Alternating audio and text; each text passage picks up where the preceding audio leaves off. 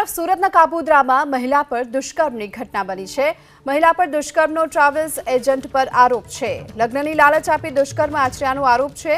Travels agent Shailesh Talaviya વિરુદ્ધ પોલીસમાં ફરિયાદ આપવામાં આવી છે। આ સમગ્ર મામલે પોલીસ તપાસ કરી રહી છે।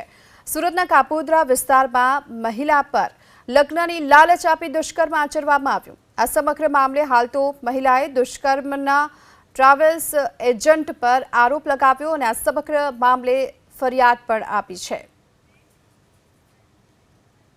અમદાવાદના ધોળકામાં ટ્રક ચાલકની ક્રૂરતા સામે આવી। લિફ્ટના બહાને મહિલા પર ટ્રક ચાલકે દુષ્કર્મ આચર્યું। દુષ્કર્મ બાદ ટ્રક ચાલકે મહિલાને માર માર્યાની ઘટના પણ બની છે। ધોળકા પોલીસે હાલ તો ટ્રક ચાલક શ્રવણ ચૌહાણની ધરપકડ કરી છે।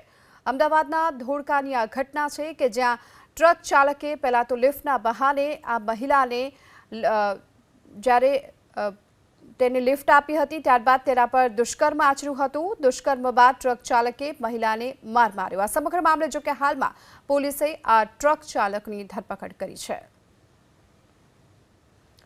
તો મહિલા પર ટ્રક ચાલકે દુષ્કર્મ આચરતા પોલીસે આ સમગ્ર મામલાને લઈ ટ્રક ચાલકની ધરપકડ કરી છે।